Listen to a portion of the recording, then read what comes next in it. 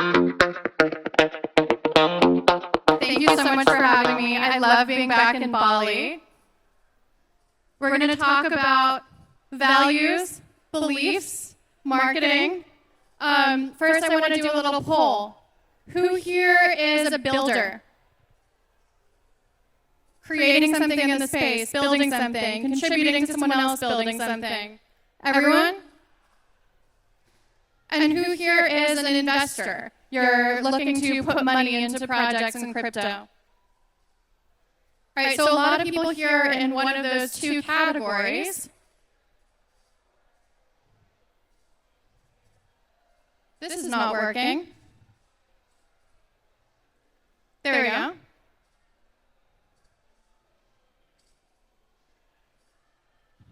So, if you're interested in putting money into projects, there's nothing more correlated with the success of a project, regardless of the data and the monitors that we just saw, than whether that project is actually building something valuable or useful that anyone's actually using. And if you're a builder, you should care about building something with longevity that's actually going to stick around in the space and get product market fit. I think that last cycle, something that happened is a lot of people in the space lost that belief that it's possible to build something for real, and we started to emphasize building against how things look rather than the reality of what things actually are. And so what I want to talk about is what happened and how we can fix that this cycle, which is a mixture of reclaiming our belief and our values, but also reclaiming our metrics. So the story starts last cycle. This is VC funding during the ZIRP era. That was the zero interest rate era in the US. You can see VC funding goes dramatically up. This is Ethereum daily transactions, which I'm using as a proxy for how much activity there actually is among users in the space. For that same, it went up, but not nearly as much. It's going up steadily, climbing steadily, but what does this mean happened? It means the actual rate of funding of new projects in the space, and there was something like 14,000 new projects VC funded in the space during that period, with a lot more infrastructure than there were actually users for. And so what happened is an incentive system got created for those builders to focus on vanity metrics and how things look, whether that's the number of people in your Discord server, whether it's the number of followers on Twitter, whether it's another metric that's set by a centralized exchange in order to agree to list you, rather than the metrics that really matter, which completely ramify on-chain. It's real transaction volume, real user volume, real actual on-chain activities. And what happened was there was so much gap between everything that was funded and the actual amount of available users to be addressed that you got these businesses cropping up that you could pay to use up your block space, and they would make it look like your block space was getting used so that you could raise your next round of funding. Or there would be incentive programs that were very gameable. They were designed to be gameable, that lead to really rapid Sybil attack-style wallet growth, but without actually meaningfully converting users who are actually going to use your product to start using it. And so I, as founder of Serotonin, one of the largest marketing firms in the space, end up dealing with founders coming in with the expectation we need to hit this vanity metric, that vanity metric to raise our next round, when those kinds of projects usually can't live multiple cycles without actually caring about the metrics that really matter, which is real revenue, real users, real activity. And so whenever the bear market comes, we get this flight to reality where the real metrics start to matter again, and those projects can't last through that cycle. That set of bizarre incentives led to today's average airdrop retention funnel, which is a mess. The actual ROI of a lot of the airdrops in the space is absolutely minuscule. And all of this is based on the Zora airdrop, not because of them in particular. It's a very average one we've seen and run data against. This is pretty representative of what your average airdrop looks like in the space.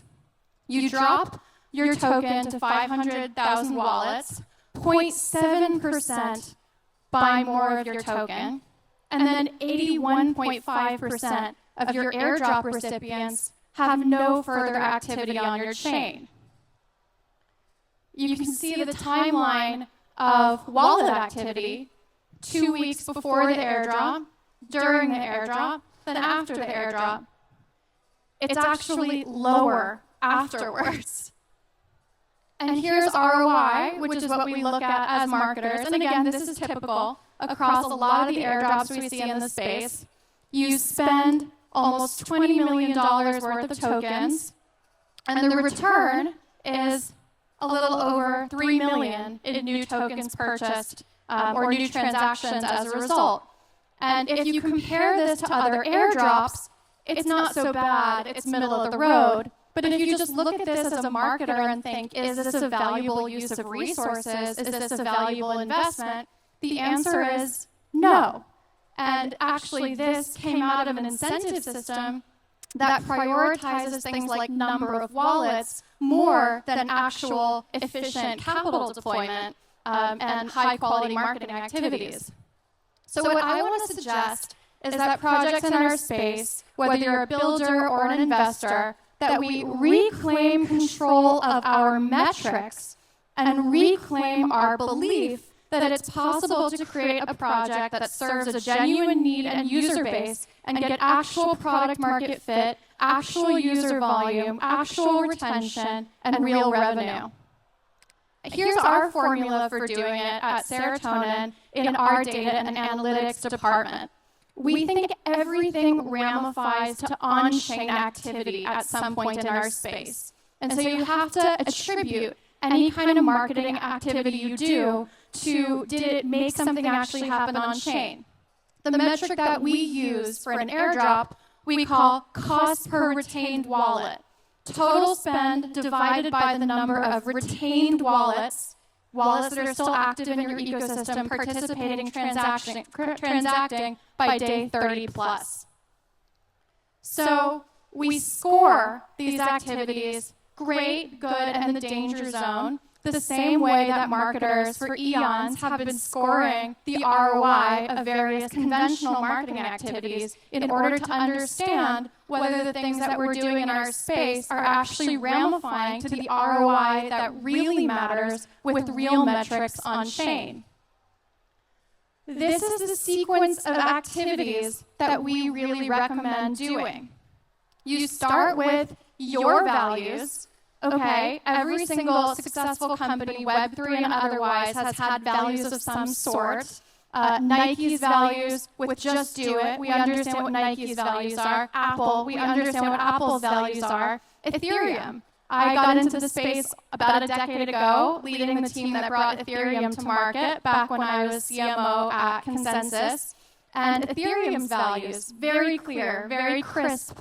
This techno-optimism, this idea that we can use technology to update the world's systems to bring about a better future. So getting really clear about what your values are as a project, why you're building something, translating that into what we call knife's edge messaging. So what about those values or what you care about, what you're building for, is actually going to matter to people? And usually that's just one thing, and you have to pick the thing that's going to stick with people most, and that wedges open the door for them to pay attention to your project, to start thinking about what else you offer. Then we turn that knife's edge messaging into a creative campaign that lives on X. One thing we've learned today is that X is upstream of everything. X is where all of this is ramifying, and you actually see earned media is downstream of what happens on X. So first you post something like a campaign, a video, a message, a blog on X, and then later the media comes after that, not before it. So whatever your messaging is going to happen on X, and then that campaign needs to actually drive down cost per retained wallet and be part of an attribution flow that actually leads to an activity that's measurable on-chain, driving the real metrics for your project. So it's not just altruistic, the reason why you want to stand for something and figure out what the values of your project are. Almost every influencer, whether they consider themselves an influencer or not, anybody on social media who's thinking about retweeting or amplifying the work that you're doing is more likely to do that if there's some kind of values-based motive. If there's something that your project stands for or that it's promoting in the world, you're going to get people a lot more excited to help amplify it than you will if you message people saying, hey, will you retweet my tweet pumping my token? And that's been true forever. So how do you figure out what your values are? Think about what you believe and what everybody else believes, like a Venn diagram. There's an area where they overlap, but you actually want to find the area where they overlap the least, where your convictions and your beliefs are the most divergent from the average. In marketing, we like to think a lot about how to be a zebra walking down Fifth Avenue rather than a zebra in the zoo. The same message, depending on the backdrop, depending on the contrast, can be very boring or very exciting. So you want to understand your audience and what they're used to looking at, what they already believe, and you want to stand in contrast to that with high conviction. So this process, your values, translating them into nice edge messaging, translating those into creative, and using that to measure on-chain activity. Some quick examples of where we've done it. This was working with a company called M0. They enable anyone to mint their own stablecoin. And so we came up with this idea for them called everything is a bank. You know, whether you're using Apple, whether you're using Starbucks, all of these things, you're keeping cash in some kind of wallet or account. They're basically acting like a bank. And so this idea of everything is a bank just puts into words something that was on a lot of people's minds. We turned it into a creative campaign on X, extended it with a number of kind of fun assets, and it converted really well to the actual kind of activity that mattered.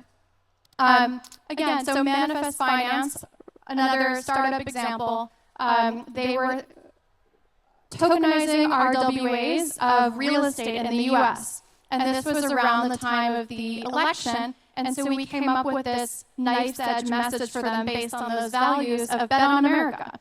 And that's worked really well and resonated.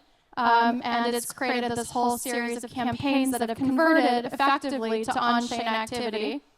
Some really fun kind of American founding fathers with their branding. And then another example, we worked with an AI proving company. They wanted to show people that it's actually possible and necessary to use AI to prove something that's happening online that you would otherwise not know whether it's real or fake. And so we came up with this game called Turing Roulette, where you're matched up with an opponent or an AI, and you have to guess whether they're real, a real live person, or whether they're an AI. And that's based on the Turing test. And that got over 500,000 players, which was super fun and introduced people to the world of AI proving.